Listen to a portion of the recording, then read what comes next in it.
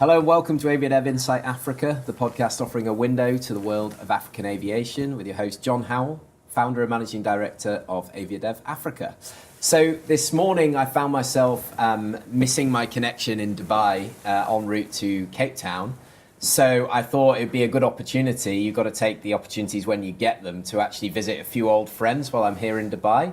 And one of those people is Raj Kotecha, who's the founder and CEO of the creative content agency that are based here in Dubai. Raj is somebody I've known for a long time, a fellow Mancunian, somebody who believes passionately about the power of content, branding, marketing. And he's worked with celebrities from Gary Vaynerchuk to the Wu-Tang Clan, everything in between. So welcome to the podcast, Raj. Thank you so much. What a pleasure to be here. Fantastic. So first question for you then, creative content. What is creative content and what is the creative content agency? So what is creative content? Creative content is anything that broadly has the ability to educate, inform, or entertain someone. Notice how that hasn't got anything to do specifically with consumer products or B2B. Fundamentally, as human beings, we really appreciate being informed of something that's valuable to us. Like, for example, don't take this road, there's traffic. We like being educated, which means that some knowledge is transferred into our heads long term that we can keep for a long time. Or we like being entertained, which means that we can switch part of our brain off and just smile, laugh, and kind of live vicariously through some soap opera characters or something like that. So that's what creative content is. And it's an expression of creativity through any form of content. There are a million forms of content out there at the moment, including VR, AR, and other things like that. But my agency, the Creative Content Agency, focuses on the world that we live in today, and the world that we live in today is highly orientated towards text, images, videos, and audio, which would be podcasts, videos for places like LinkedIn and YouTube, text, which is blogs and really incredible use of descriptions inside places like YouTube so that things can be discovered, and audio podcasts, and images, graphics, and infographics and pictures and things of that nature. Yeah, and there's just so many different forms and they're all very available to everybody out there. We're all using all these different platforms. Yeah. So in terms of, from my side, one of the things that stuck out when we first met 4 years ago, whatever it was something that you just alluded to before, which is about providing more value to the listener, the consumer, than you're expecting to receive in return. It's this kind of giving economy, you providing, now that we know we live in a world where information is just so freely available, we're all journalists. So what's behind that and how does that kind of end up developing, how does that manifest itself? One thing I like about the world we live in today when it comes to content is that now that the internet and social media has reached a certain stage of maturity, it's 15, 20 years into its current state, we are realizing that everything that the internet is good for is everything that we have always been good for as human beings. What you're talking about, the concept of giving, is what we call in the business ethical debt, which means that if I've provided value to you over and over again, whether you've asked for it or not, or whether you've actively been searching for it, I will change the perception of myself in your eyes. And that is as natural as gravity, as the evaporation of water, as night following day. It's the way that we are coded as human beings in our very nature over millions of years. Therefore, if you are somebody who can express value, like let's just jump back 200 years. I always show up at your cave with meat and bread, okay? Whether I do that, whether you ask me or not, I am a person of value. The meat and bread is the content. And me showing up at your door is me showing up on your smartphone. And the fact that I can do that over and over again at scale to you and anybody who looks and sounds like you and a bunch of other people that don't, means that your perception of me, my face, and my name comes with this layer of value. And that gives me permission to start conversations with you in other ways, whether it be about business, whether it be about asking somebody out on a date. It means that, ethical debt sounds like a bad word, but now that I've explained it, you see what the benefit is. Also, another word that sounds like a bad word is prejudice. If you split the word prejudice, it's pre and judge.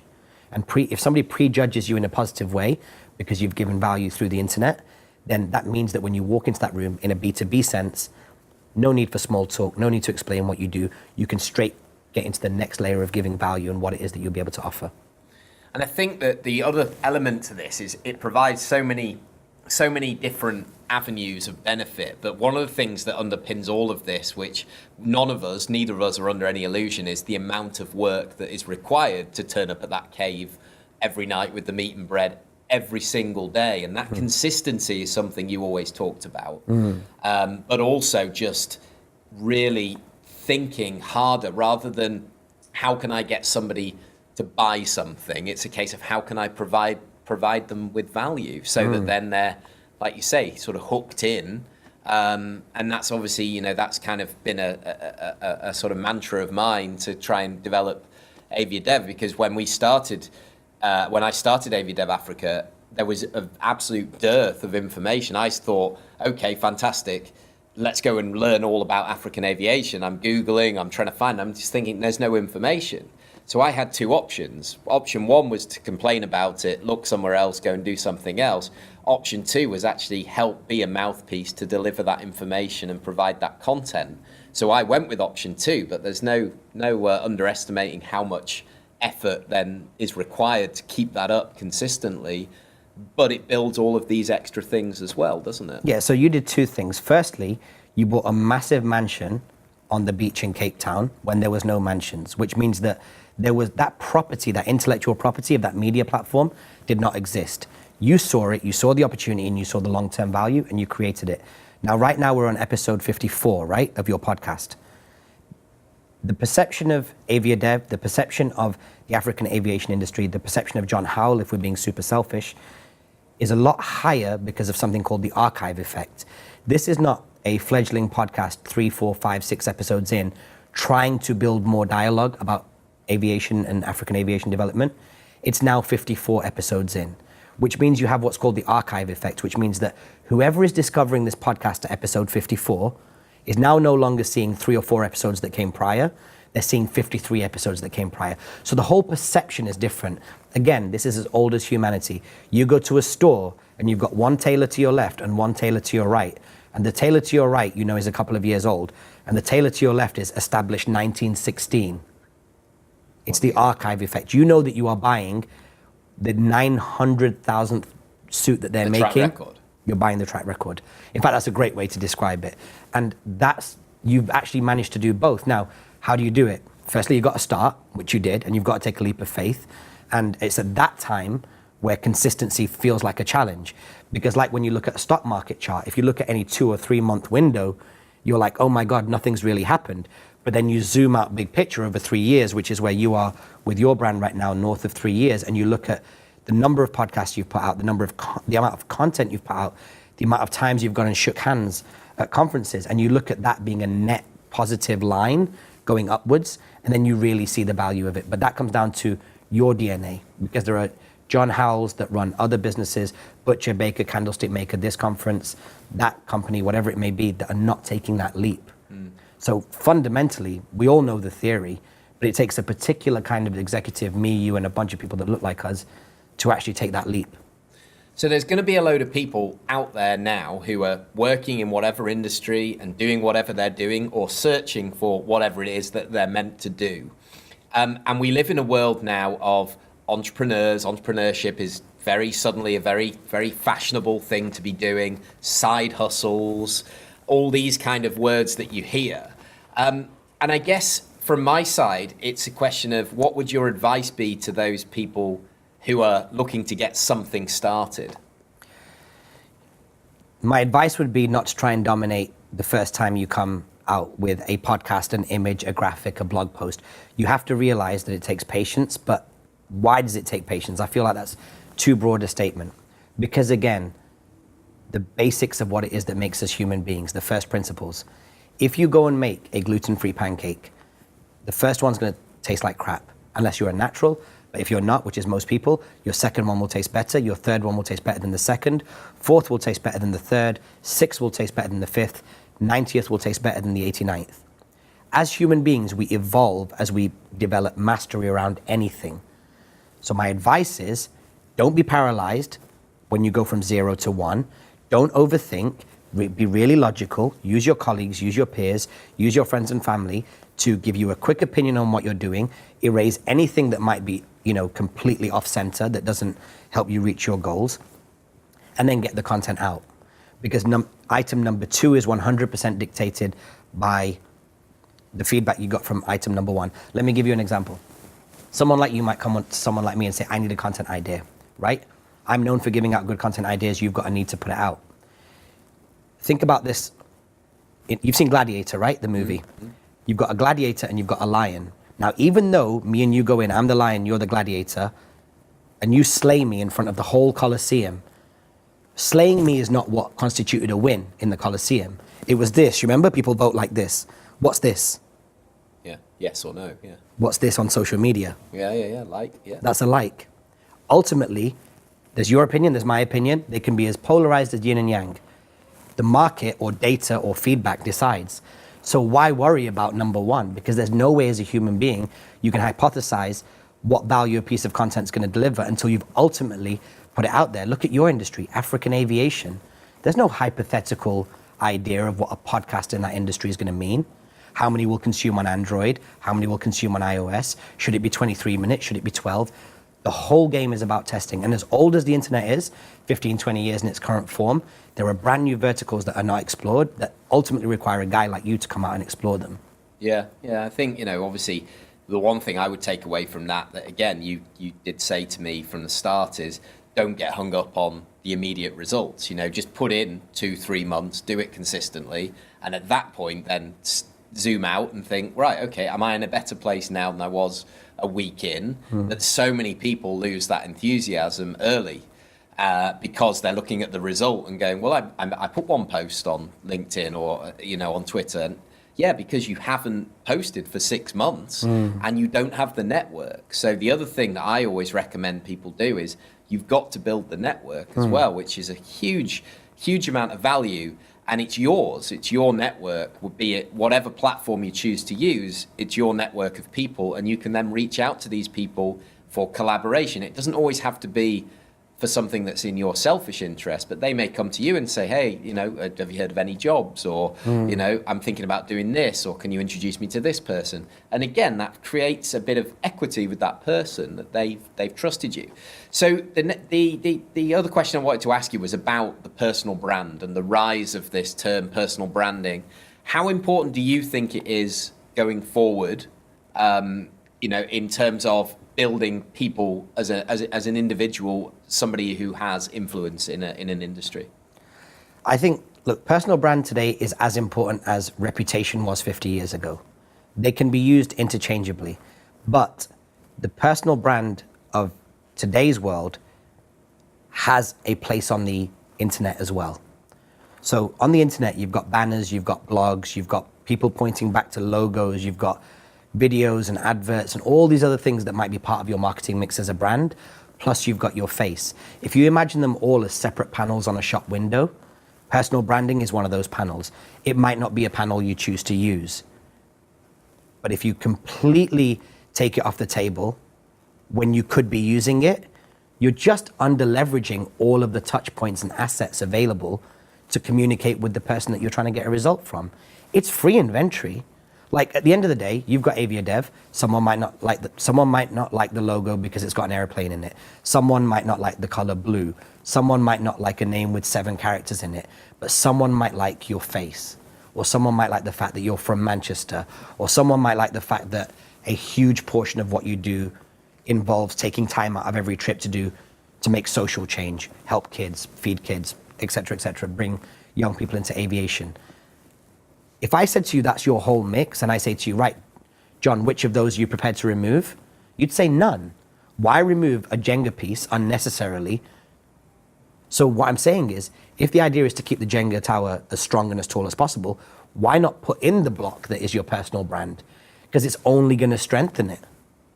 I think that's a great point. Yeah, I think that's a great point. So final question for you, in terms of the platforms available, what are you seeing as a trend towards what is coming up, what's going down, what's around the corner?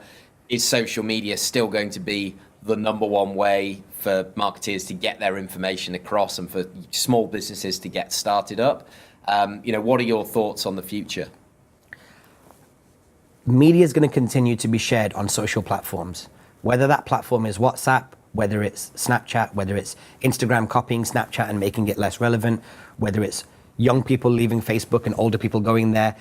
The fact that we share media hand to hand like we've always done with business cards and brochures will always exist. And it may not always exist under the title of social media, but people gathered together in a social format will always share media with each other the same way we always traded stories over a fire when we were cavemen. So what you're saying is the platform's not important. It's not important because ultimately if the platform has an algorithm in it and the algorithm changes against you, you're massively overexposed. So for all the people that are feeling like they're smashing it on LinkedIn at the moment or Facebook or wherever it is, please make sure you're also collecting SMS numbers fairly within GDPR. Make sure that you're collecting email addresses and building up that as a line of communication as much as anything else. But for the people out there in the B2B world, and I know that there's a lot of senior people that listen to this podcast, I would say this: LinkedIn video is the most underleveraged media, which is video, on any platform, which is LinkedIn at the moment.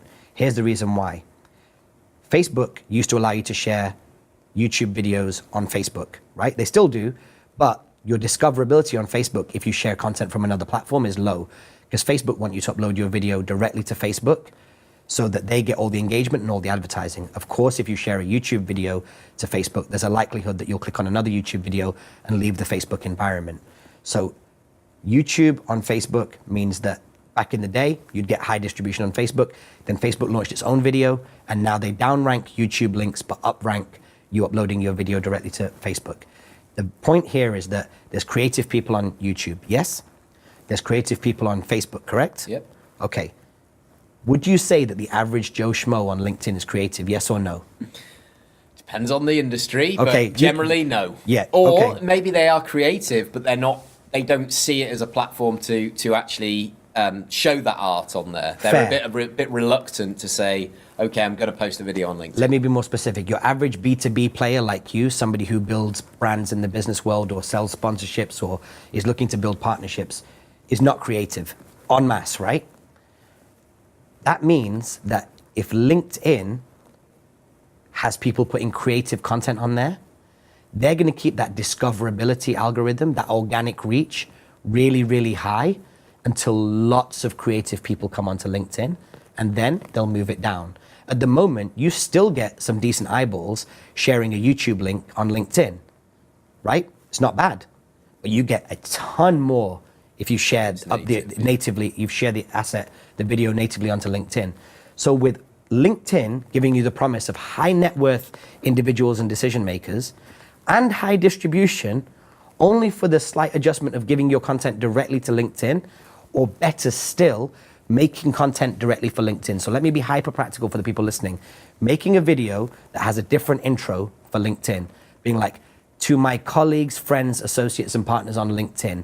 In this video, I'm going to explain why the fallout between these two countries, or a famine here, or a weather change there, is going to impact your roadmap for the next 24 months, versus how you might do it on another platform. Yep.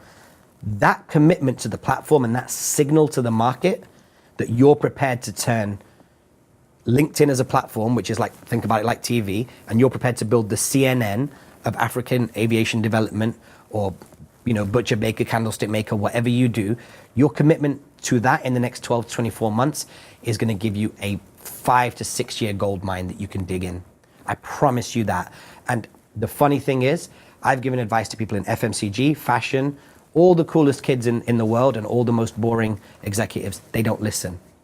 So for the 1% of people, not even fraction of 1% of people out there that's listening like you did 4 years ago when I would rant like this, you're going to absolutely kill it. And I think that this podcast is a shining example of that. And I'm really proud of you, man. Oh, I'm really, no, I'm not proud. Proud is not the right word. I really admire what you've done, because there's just not many people that will put their mic where their mouth is. What a line. Put their mic where their mouth is. Like they're just not going to do it. So so well done to you. And it's a pleasure to see you on my phone and see that you're in the city. So appreciate it. Thanks for taking the time, Raj. Really do appreciate it. And No, I my would say, pleasure. ultimately, these aren't secrets as such, but the thing that underpins it all is putting in the time, putting in the work, and having a passion for whatever topic or subject matter it is that you're particularly interested in. I think that's why people aren't afraid to share this knowledge, because they know that there's only a small proportion of people who are actually going to actually, work on it and implement it. So really appreciate your time. Thanks for hosting us here in Dubai, and made the most out of a day that was going to be wasted sat in an airport hotel. So I do appreciate it. So thank you everybody out there for listening. Don't forget to subscribe to the podcast. We're available on iTunes, on Spotify. We've got an app in the App Store on both Google Play and Apple as well. So don't forget to download that, and then you won't miss another episode. And join us for the next episode as we aim to advance Africa's connectivity. And thank you all for joining us. Thanks a lot.